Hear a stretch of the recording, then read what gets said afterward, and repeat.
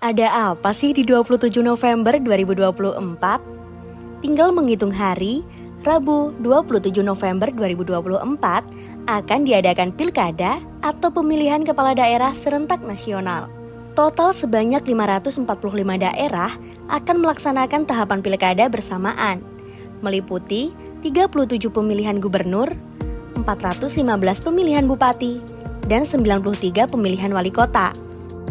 Ada sebanyak 1.552 pasangan calon kepala daerah akan berkontestasi di Pilkada 2024. Dari 3.104 orang yang berlaga, sebanyak 2.773 orang diantaranya adalah laki-laki atau 89,34% dan 331 perempuan atau 10,66%. Yuk ketahui tahapan penting dalam pilkada ini. Masa kampanye dimulai dari 25 September sampai 23 November 2024. Masa tenang dimulai dari 24 sampai 26 November 2024. Pemungutan suara dilaksanakan pada 27 November 2024. Serta penghitungan suara dan rekapitulasi dimulai dari 27 November sampai 16 Desember 2024. Pilkada merupakan momentum untuk memilih calon kepala daerah yang berarti menjadi kesempatan bagi masyarakat untuk menentukan masa depan daerahnya. Pilkada bukan sekedar ritual pergantian kepemimpinan daerah,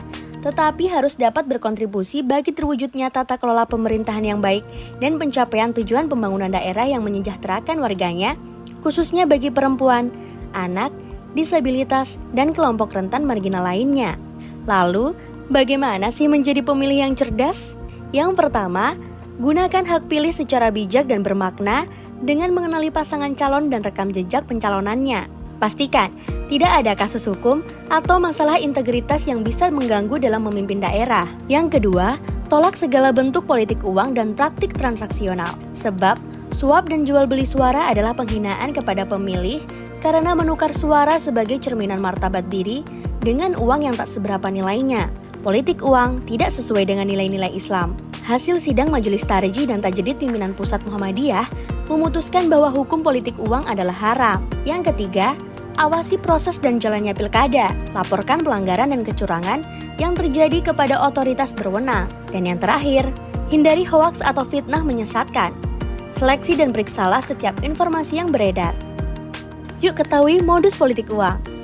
Pemberian uang tunai, uang sedekah, uang ganti, paket sembako, kupon belanja, door prize, sumbangan, pembangunan, dan token listrik.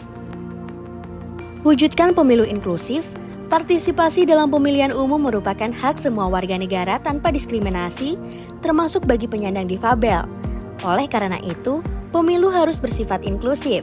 Jadi pemilih cerdas, tolak politik uang, tanpa diskriminasi, no one left behind.